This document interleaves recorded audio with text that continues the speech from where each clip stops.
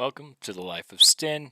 As always, I say every time, this is going to be a monumental, immutable episode. So let's just go ahead and get started. Today, we're going to be talking about the 7 laws of the universe that govern reality, um, better known as the 7 Hermetic Principles.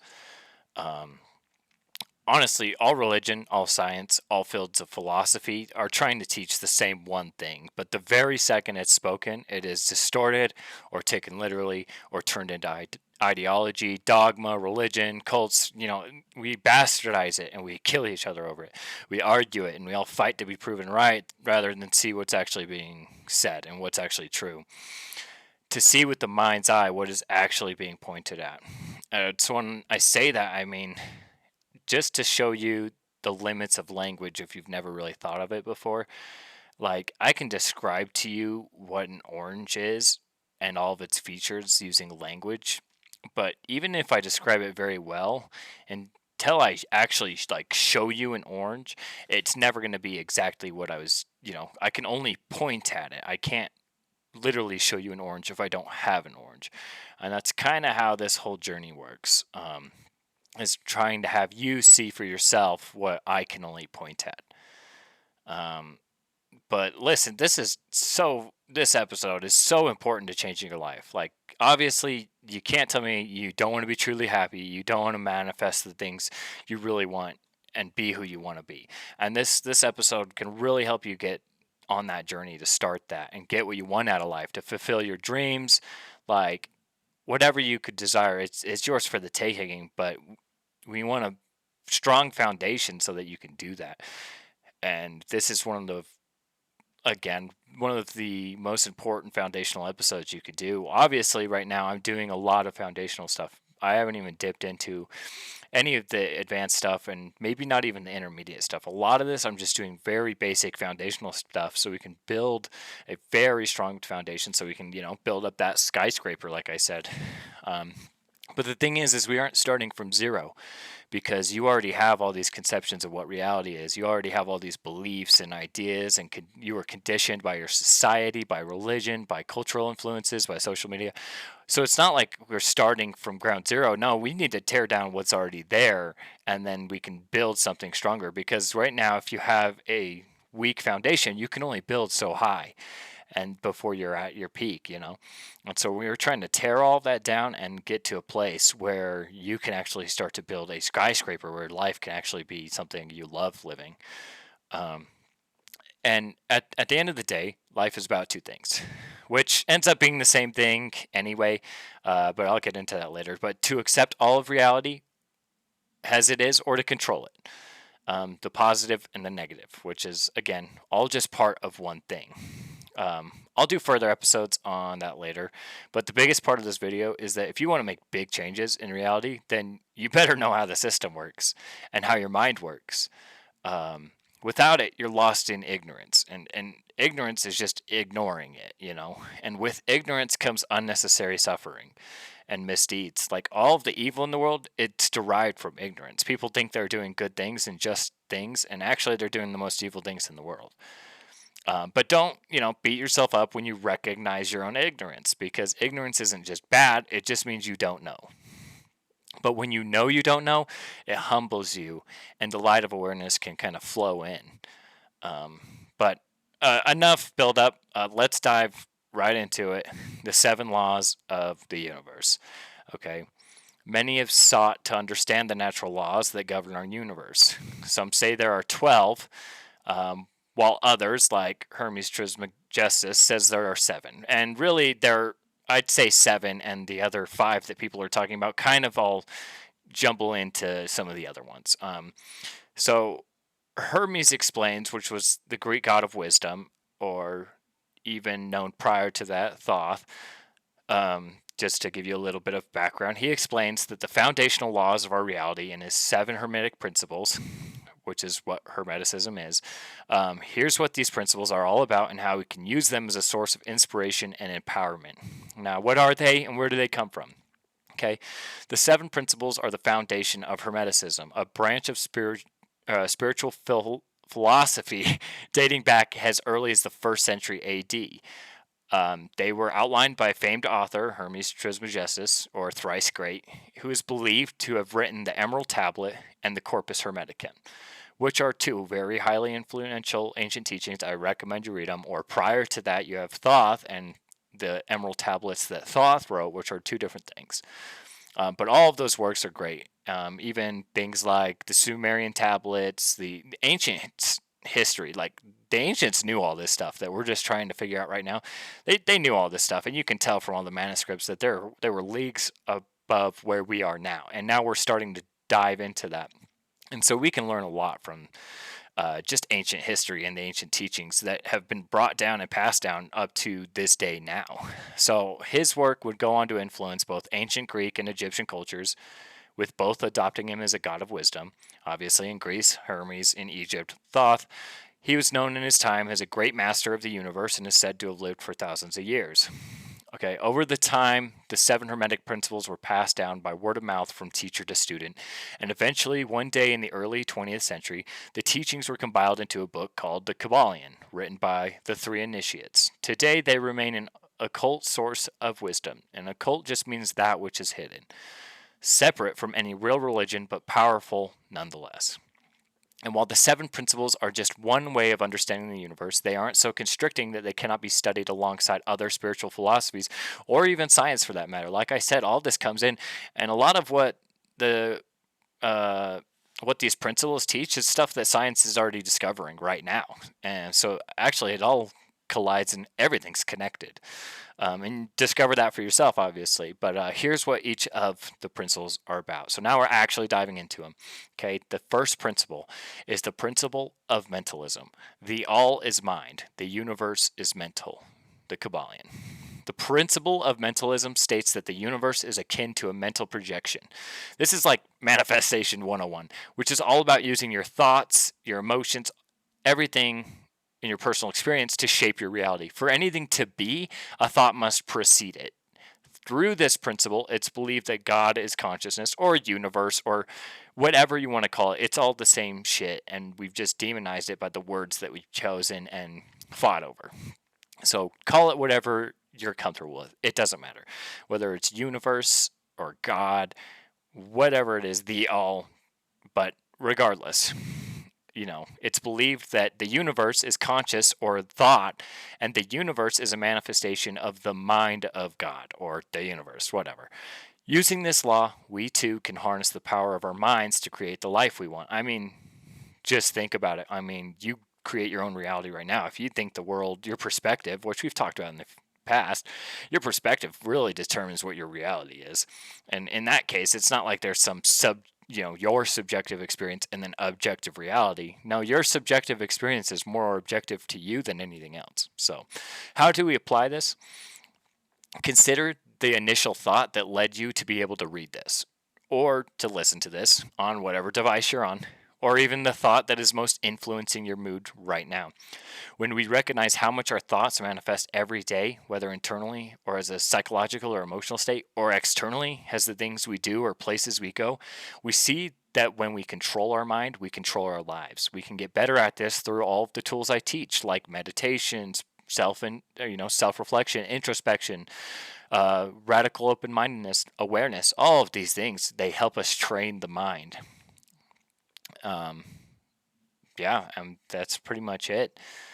Think about how much of your life is really dictated by how you feel or how you think. If you think the world's evil and out to get you, it's crazy that the world responds to that and then also gives you what you think.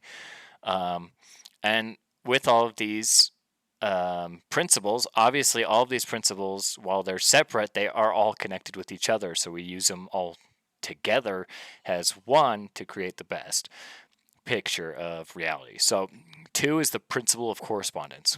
As above, so below. So below, so above. The Kybalion. We've all heard this quote before, but maybe you've never known it was Hermes who first coined it, and it's closely related to the first principle of mentalism, as all of the principles, and states that we hold in our thoughts and mind will become our reality. It explains that many planes of existence, including those of lower and higher vibrational frequencies, and how they're connected. Okay, so how do we apply this? Applying this law is all about understanding your connection to the world around you and how you're showing up for yourself and the universe through your thoughts and subsequently your actions. When we have a firm grasp on how we're interacting with life and how it's affecting us, we can recognize and break patterns. We can live in alignment with our highest good and feel harmonious with everything that there is. 3. The principle of vibration. Nothing rests, everything moves, everything vibrates. The Kabbalion. Yes, believe it or not, the idea of vibes has been around a long, long time. The principle of vibration states that all things, both physical matter and spiritual energy, hold a certain vibration. Science has they already understand that. Basic science tells us atoms are in constant motion, as is the universe itself. Okay, even our hearts, as they beat, give off different vibrations depending on our emotional state. And when we're vibing high, we're able to avoid low level frequencies that don't serve us. Okay. But one thing to remember is that life is a combination of good and bad. Okay. So it's not like we want to reject the negative emotions and the negative feelings. They are all still part of our reality. Okay. And so it's okay to have both. That's what makes reality. Now, how to apply it? Well, this will look different for everyone. But to apply this third principle, you want to not only do things, but think thoughts that allow you to be in a state of ease where your body is vibrating at a more positive level. Applying the first two principles can help you start to do this. You might be noticing all of these principles are deeply interwoven. With this principle, we acknowledge that we have the power to control our vibration rather than our vibration controlling us. And just like a vibration is just 2 degrees of the same thing, where hot and cold are just 2 separate vibrations of the same thing. They're 2 different degrees. Whether it's a higher vibration or a lower vibration, you get cold or you get hot. And all of that's relative itself. 4, the principle of polarity. Everything is dual.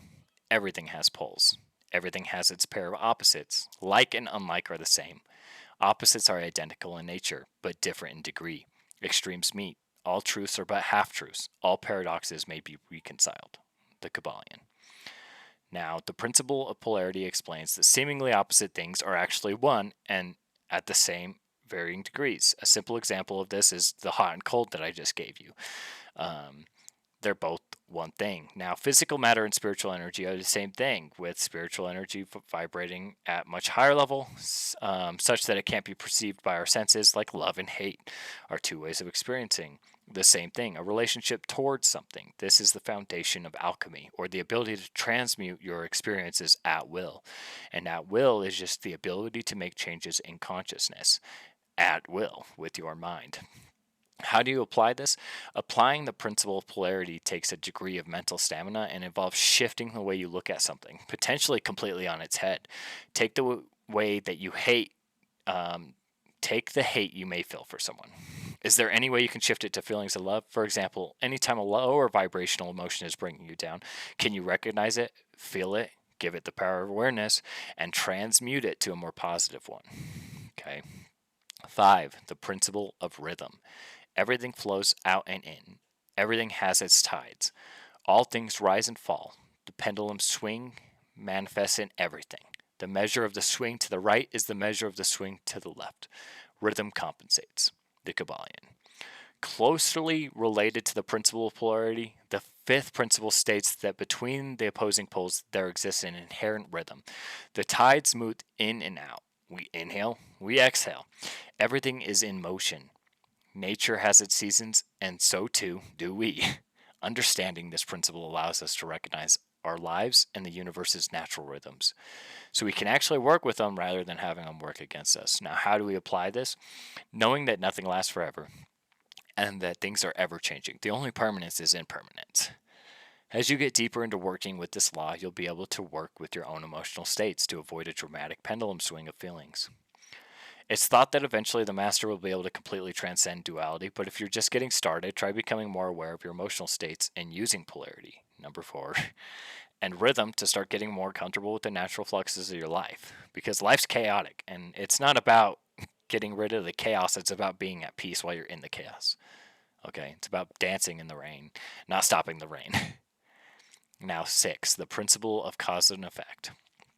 Every cause has its effect. Every effect has its cause. Everything happens according to law.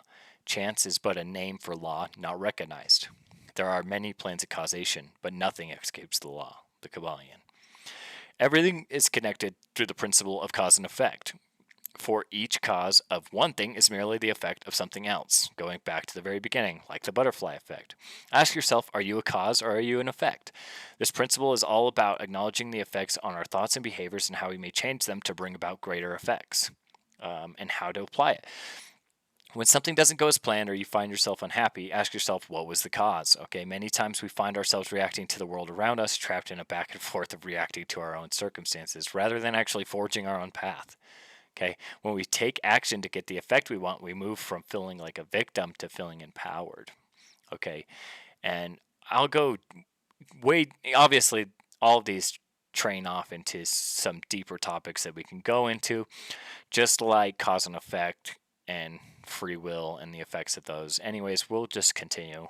Obviously, there's a lot of juice coming out of these, and I'll have some words at the end for our conclusions. But so now the last principle, 7, the principle of gender. Gender is in everything. Everything has its masculine and feminine principles. Gender manifests on all planes. The Kabbalion. Okay, the 7th principle states that all things have masculine and feminine qualities. Yes, the two sexes can be thought of as a physical manifestation of this principle, but as we're all coming to understand, on an internal level, all of us hold both energies, like the left side of the brain and the right side of the brain, the logical and the irrational, or not necessarily irrational, but the logical side and the creative side. Okay, the very work-oriented, the very methodical, or the very free, creative, flowing, both sides. Okay, and neither is better than the other, neither is greater than the other. Both are necessary, and both in harmony create the best changes that one could not do without the other. Okay, the masculine and feminine energy exists in not only the physical plane, but the mental and spiritual plane as well. Obviously, the all is mental, so all is mental. So the physical is just seemingly physical, but we know now that that too is mental. And it's hard to create that distinction because everything feels so real to us. Okay, the unity of these two energies is essential for creation. And when one has a balance of both, they're able to better apply all of the principles together for maximum benefit.